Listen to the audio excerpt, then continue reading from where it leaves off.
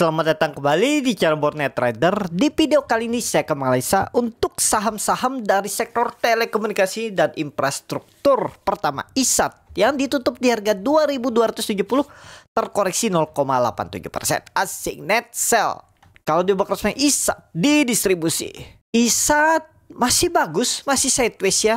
Dia mencoba 2.400 namun gagal, tapi low-nya terus naik. Cuman perlu hati-hati tuh kalau tiba-tiba ada candle merah dalam itu ya. Harga sekarang tuh nanggung, nggak dibeli bisa naik, pas dibeli pas dia turun kan risk rewardnya seperti ini tuh.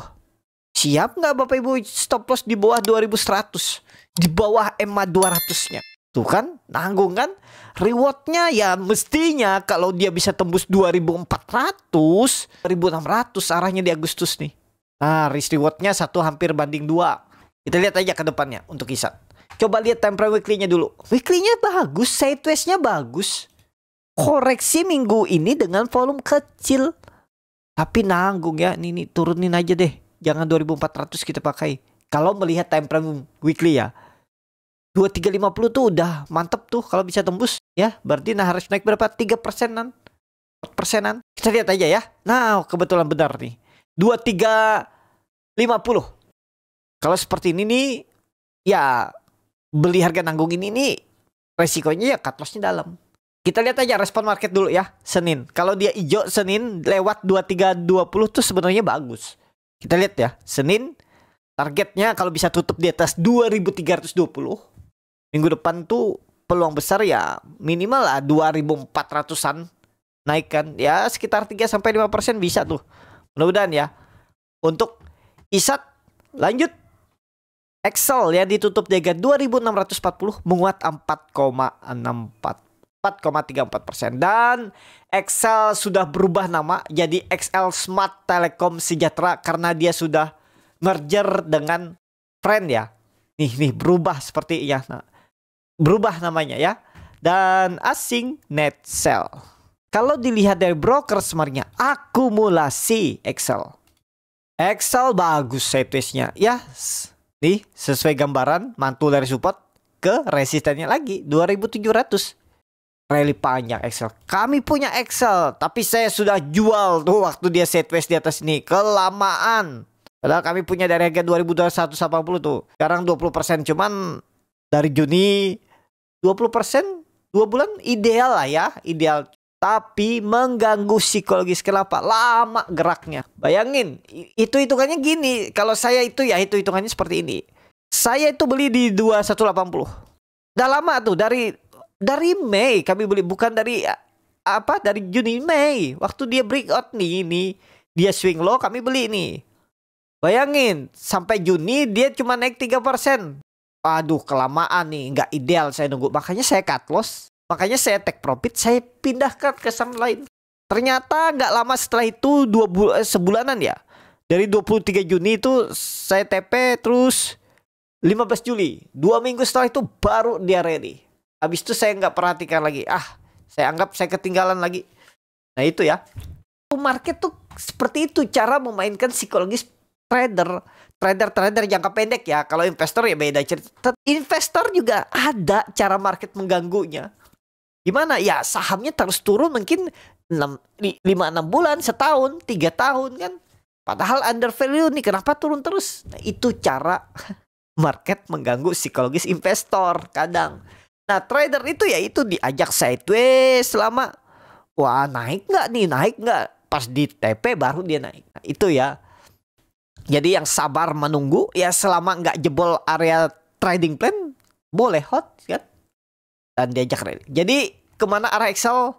2700 minggu depan. Apalagi volume meningkat harusnya ke atas. Coba lihat time frame weekly-nya dulu.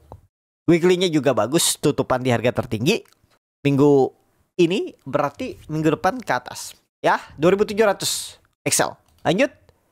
TLKM yang ditutup dengan 2940, terkoreksi 0,33%. Asing net sell. Kalau dilihat dari broker semuanya TLKM di distribusi. TLKM bagus di atas 2900 atau 2880 aman. Ini tutup aja nih. Nggak perlu kita pakai. Kita pakai 2880 2900 kalau melihat time frame weekly. Koreksi biasa, aman. Setelah 4 minggu naik dan ada koreksi satu candle, itu biasa. Cuman yang perlu diwaspadai ya tadi, apakah IMSCI akan mendowngrade market Indonesia? Kalau di downgrade, Telkom salah satu yang bisa dibuang. Cuman ya terbesarnya tuh kemungkinan yang dibuang tuh Big Bang. Nah itu ya. Jadi aman gak Telkom? Aman. Kalau jangka menengah, simpan aja, jangan takut. Ya. Apalagi Bapak Ibu lihatlah TLKM gimana tuh di daerah Bapak Ibu. Apakah banyak mendirikan tiang-tiang atau internet baru ya? Biasanya kan yang nggak dijamah TLKM tuh dipasangin tiang-tiang tuh. Saya lihat juga di daerah saya tuh mulai ada tiang-tiang baru TLKM. Bapak Ibu bisa lihat tuh yang tiang hitam, terus di tengahnya tuh ada merah putihnya. Nah itu tiang Telkom tuh. Ada cat merah putihnya ya. Tiangnya hitam panjang, terus ada cat merah putih di tengah-tengahnya ya. Itu tiang Telkom. Kalau tiangnya itu belum dipasang kabel, nah itu berarti akan ada penambahan proyeksi. Ya di daerah situ ada penambahan untuk pelanggan-pelanggan baru. Ya menurut saya Telkom masih bisa bertumbuh lah. Ya jangka menengah, jangka panjang. Siapa lagi leadernya selain Telkom? Ya saat ini Starlink. Starlink mahal. Ibaratnya ya 700.000 kalau nggak saya. Walaupun ada Starlink mini sekarang yang 4 jutaan aja, 3 juta apa 4 juta tuh alatnya, tapi kan internetnya mahal. Sebagai warga Indonesia yang lagi susah ekonomi, sudah beli alat harus 3 juta dan nambah 700 setiap bulan, walaupun unlimited, tapi tetap aja mereka mending milih Telkom. Kecuali Telkom adalah musuh, ada yang baru. PLN masih belum mampu juga kan? PLN ada nggak di tempat Bapak Ibu? Oh, mungkin di kota besar ada First Media atau apa ya lah, saya lupa tuh. Tapi kan di daerah ini Kalimantan, Sumatera, Papua, Sulawesi itu kan masih banyak. Jadi laba Telkom tuh harusnya masih bisa bertumbuh lah. Sekarang lagi downtrend. Sudah berapa tahun dia downtrend? Kita hitung ya Bapak Ibu. Dari all time high-nya. Nih puncak tertingginya 2022. 3 tahun sudah downtrend. Nanti ada saatnya bangkit. Nggak mungkin nggak bangkit. Percaya ya. TLKM. Itu aja untuk tren jangka menengah, jangka panjang. Tren jangka pendek tadi. Yang penting nggak jebol 2880. Kalau menurut saya ini konfirmasi breakout. Tapi kalau misalnya nanti rilis MSCI downgrade Indonesia, ya tetap technical nggak akan mengaruh. Jebol nih.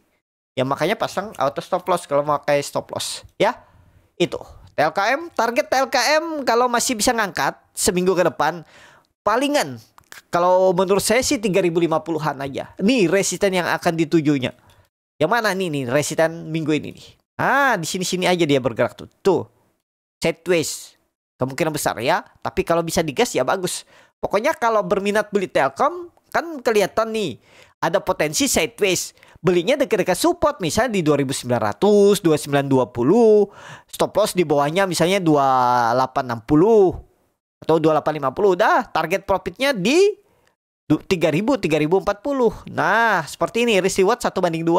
Kalau dia dikasih bonus langsung tembus resisten, Bapak Ibu hot seperti itu ya.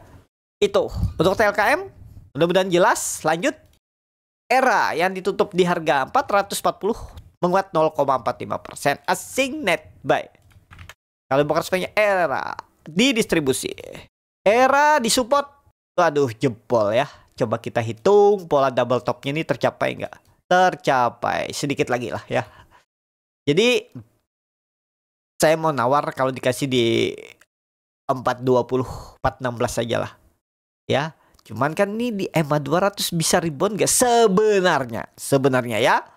Sebenarnya ini area support, cuman nggak terlalu kuat. Kalau pandangan saya lah ya, support yang cukup kuat tuh di 400, 420. Tapi kalau Bapak Ibu mau beli dulu strategi cicil-cicil ke bawah ya silahkan. Kalau beli harga sekarang cut loss di 414, misal pakai cut loss nih ya. Tidak menyarankan juga, tidak harus kembali ke Bapak Ibu karena uang-uang sendiri kan. Jadi keputusannya itu di tangan Bapak Ibu. Ya cut loss-nya lumayan dalam 7%. Reward-nya 12% maksimal. Maksimal 12% kalau menurut saya. Era akan kesusahan menembus 500-nya. Jadi itu aja targetnya 10%. 11%. Nah ya silahkan kalau tertarik. Kalau feelingnya ada. Era ya. Itu aja untuk era. Kalaupun teknik rebound ingat era akan kesusahan menembus 500-nya. Itu aja paling ditujunya. Karena kalau pandang saya era itu akan sideways palingan. Kenapa? Karena sudah turun. Menurut saya seperti itu. Ya. Era. Lanjut. RL yang ditutup di harga 354 menguat 2,31%. Asing net sell. Kalau dilihat dari broker semuanya, RL diakumulasi.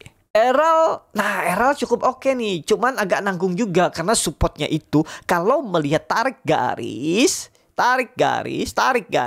itu persimpangan jalannya di 3. Kalau menurut saya sih 338, 330. Ini menarik. Kalau koreksi dikit, spek buy. Belum. Kalau menurut saya RL belum saatnya downtrend, sama seperti era tadi. Kemungkinan besar sideways. Jadi supportnya 330, resistannya 360, 370. Itu ya RL. Jadi sudah tahu kan ada gambaran ada potensi sideways. Jadi belinya dekat-dekat support. Kalaupun harus pakai stop lossnya nggak dalam. Misalnya beli di 342, cut lossnya di 328 atau 326, 4,5%. Udahlah, rewardnya 10%. Bagus nggak? Bagus. Reward 1/2. Seperti itu. Cara buat trading plan. Yang mengganggu tuh apa? Psikologis diri Bapak Ibu sendiri. Harapannya naik ternyata turun. Sudah buat trading plan nggak jadi. Di cancel cut lossnya. Hot aja. Siapa tahu besok naik. Ya. Siapa tahu. Kan. Itu. Memang kadang hoki. Siapa tahu besok naik. Ternyata besoknya benar naik. Wah. Untung saya nggak cut loss. Tapi pas besoknya turun lagi. Misalnya 5%, aduh, tahu gitu saya cut loss. Beda cerita ya. Ya memang seperti itu cara market mengganggu psikologi. Sering saya ulang.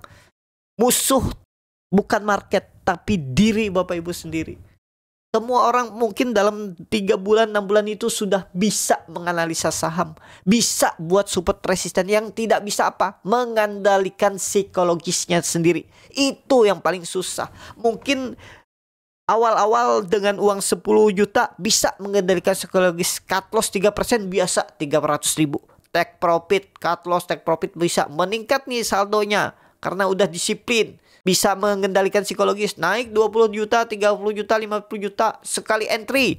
3% yang 10 juta 300 tapi 50 juta 1,5 juta. Keganggu lagi psikologis. Waduh besar ya. Dibanding-bandingnya 300. Waduh 5 kali lipatnya. Jadi tiba-tiba hot sahamnya. Kacau lagi nih psikologis ya. Seperti itu. Padahal sama tuh cut lossnya 3% tuh sama persentasenya. Cuman nominalnya beda. Itu yang mengganggu. Karena memang sifat dasar manusia tuh gak mau rugi. Maunya jual untung. Apapun itu dimanapun. Makanya kalau di warung-warung biasanya warung-warung kecil yang usahanya masih kecil tuh ya. Biasanya yang nggak bisa mengendalikan misalnya Indomie itu kan kalau di toko-toko besar yang disupport oleh mungkin Indomarko atau apalah yang supplier Indomie atau mie lain itu kan mereka bisa kalau expired itu mereka bisa kembalikan jadi diganti sama supplier ya jadi barang-barang yang expired tanggalnya itu bisa diganti tinggal tukar. Nah, warung-warung kecil ini kan nggak bisa tuh. Yang beli dari warung besar, warung-warung kecil mungkin di daerah, di kampung-kampung itu kan nggak bisa diganti. Otomatis mereka rugi atau ya mereka tetap jual aja, kan? Tapi biasanya diapain? Dijual, walaupun expired. Kadang bumbunya nih udah basah apa udah lengket lah, nggak serbuk lagi kan? Bapak Ibu bisa kan? Nah itu biasa mereka jual lagi. Ya itu. Kadang makanan yang jual makanan jadi kadang dipanaskan lagi, digoreng lagi besoknya biar gak rugi. Nah itu ya dasar sifat manusia itu memang seperti itu. Tapi kan ya susah juga namanya hidup kan, namanya dagang ya mestinya untung, jangan sampai dagang rugi, habis kan modalnya. Ya seperti itulah ya. Nah itu. Jadi kembali lagi RL menarik. Kalau menurut saya tetap mantul kalau dia disupport. Disclaimer. Lanjut. MTEL yang ditutup di harga 625 sama harga penutupan hari sebelumnya. Asik net sell. Kalau bakal resminya MTEL akumulasi. MTEL mestinya sih masih bagus di atas 600. Ya, tuh. Dia sempat jebol 3 hari di bawah, naik lagi. Aman. Udah nih aman. Kecil kemungkinan kalau jebol lagi ya. Kita lihat aja. Tapi kalau ditanya boleh beli sekarang, kenapa kemarin nggak beli? Saya nunggu hijau. Nih kenapa maunya beli di pas-pas resisten? Tunggu di bawah lah, koreksi-koreksi dikit. Nanti terus turun gimana? Emang ini pasti naik terus. Kalau turun gimana? Kalau yang di atas ini. Nah itu kalau jawabannya nggak masalah. Saya tetap beli sekarang itu ya. MTEL saat ini lebih ke wait and see dulu. Nah ini MTEL waktu itu perkiraan saya ke 550 baru mantul, ternyata di 570 dia dah rally lagi. Itu ya, kadang memang nggak mengganggu ya itu. Dan ini ada pola cup handle. Apakah mampu menembus 630? Kalau tembus 700 arahnya. Mudah-mudahan bisa ya MTEL. Lanjut. The Big yang ditutup di harga 1935 terkoreksi 0,76%. Asing net sell. The Big di distribusi. Tebik, aduh belum dulu lah. Tebik di bawah 2000. Tunggu tebik di atas 2000 ya, sekali lagi ke tembus atau sekalian di bawah. Atau kalau Bapak Ibu yang sudah kebeli nggak mau pakai stop loss, press down di 1680.700 ini, di bawah ini aja. Itu tunggu sabar aja tebik ya. Tebik uptrend gak? Tahun ini harusnya sih bangkit. Kalau nggak salah dia akuisisi, bukan dia yang akuisisi ya. Punya Jarum kan tebik nih? Tower ya yang punya Jarum tuh. Tower tuh akuisisi data kalau nggak salah ya. Nantilah analisanya. Tebik punya pemerintah kalau bukan ya. Ya itulah pokoknya ya. Secara teknikal aja kita lihat. Pokoknya dia di atas 2000 baru aman atau tambah di bawah. Kalau nggak mau pakai stop loss. Di berapa tadi? 1700, 1680. Lanjut. Tower yang ditutup di 620 sama harga penutupan hari 10. Asik net sell. Kalau bakal semuanya Tower di distribusi tipis. Tower aman di atas 600. Gak perlu pakai 550 nih, gak perlu. Lihat 600 kita pakai, tarik naik, kita gambar ulang ya. Kita pakai 595 600. Sebenarnya area ini area demand. Bisa juga, cuman ya kita mepet-mepetin aja lah. Nah, kita pakai itu. Ini kan double bottom. Jadi dia swing low aja. Kalau pandangan saya ini swing low aja. Minggu depan rebound bagus. Harusnya rebound. Minggu depan tuh harusnya rebound. Target reboundnya 650 dulu. Terdekat. Ya memang kalau resisten kuat ada di 700. Tapi setiap 50 poin itu bisa dijadikan resisten minor. Berarti di 650. Nah ini pergerakannya. Ya. Untuk tower. Kemana? Ke atas. Sideways untuk ke atas. Nah, sideways. Kalaupun dia harus sideways dulu. Tapi tujuannya uji 700. Tower. Ya tadi tower akuisisi data kalau nggak salah ya. Itu. Lanjut. Sen yang ditutup di harga 99 terkoreksi 4,8%. Asing net sell. Kalau bukan Sen akumulasi. Sen belum mampu tembus 110 ya. Kalau tembus minggu depan bagus. Sen jangan jebol lagi berapa? 97. Kalau jebol buang aja dulu. Jelek. Kalau mau bagus besok Senin rebound. Apalagi koreksi volume kecil MACD itu mepet mau golden cross. Dan kalau dilihat time frame weekly-nya, doji volumenya besar. Rebound harus minggu depan. Kita lihat ya. Pokoknya kalau tembus 110 minggu depan uptrend di Agustus sisa 2 minggunya. Ya targetnya itu uptrendnya minimal berapa? 140-150. Yang penting minggu depan tembus dulu 110. Mudah-mudahan Sen. Kita lihat. Lanjut. ASA yang ditutup di harga 915 menguat 3,97%. Asing net buy. Kalau dilihat dari broker resminya ASA akumulasi. ASA bagus. Sudah di atas 880 lagi, aman nggak? Aman. Kalau sampai balik lagi keterlaluan. Target selanjutnya 1000 minggu depan. Mudah-mudahan risknya kecil ya. Gagal bertahan di atas 880. Kalau mau pertimbangkan stop loss silahkan. Kalau mau di hot juga silahkan. Gak ada yang salah di market nih ya. Kembali ke masing-masing. Bukan 880, 875 jebol. Tinggalin dulu. Nah neckline-nya 1925 tembus 1000 minggu depan ya. ASA. Itu aja. Lanjut. ASLC yang ditutup DG65 sama harga penutupan hari sebelumnya. Asing net sell. ASLC didistribusi.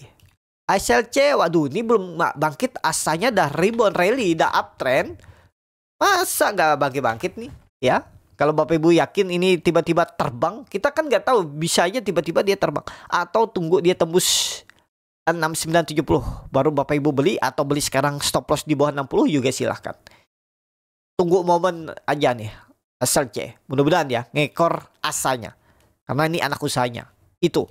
Yang terakhir Avia yang ditutup DG 432 menguat 0,46%. Asing net sell. Avia diakumulasi. Ini sepertinya masih dalam. Mudah-mudahan bangkit ya. Ini perkiraan saya nih target saya TP1 TP2 nih. Kalau dia tembus 460, tembus besoknya merah-merah pelan lagi. Ya mudah-mudahan nggak jebol ya. EMA 200-nya. Jadi saat ini sabar tunggu aja. Ya, bagi yang punya sabar tunggu, percaya aja dengan Pak Tanoko, ownernya, ya, GCG-nya. Ini dari IPO udah downtrend. Masa nggak ada perubahan fundamental, ya. Dan tahu sendirilah bagaimana ownernya. Ya, harapannya sih Agustus tembus lagi lah 460. Baru bagus, ya.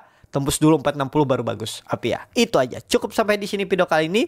Terima kasih untuk Bapak Ibu dan teman-teman yang sudah menonton video ini sampai selesai. Apabila channel Boneta bermanfaat dan bisa menjadi bahan pertimbangan Bapak Ibu dalam membeli, menyimpan, dan menjual sahamnya, bisa klik tombol subscribe dan nyalakan lonceng notifikasi. Ada kritik, saran, ataupun pertanyaan bisa langsung tinggalkan di kolom komentar. Bagi Bapak Ibu dan teman-teman yang baru belajar trading, masih bingung memilih saham, bingung membuat trading plan, bisa join trading bersama Borneo Trader. Nanti dipilihkan saham-sahamnya dan dibuatkan trading plan-nya beserta chatnya dan juga free konsultasi portfolio. Kalau tertarik, DM Instagram Borneo Trader. Sampai ketemu. Tetap semangat, semoga bisa terus cuan.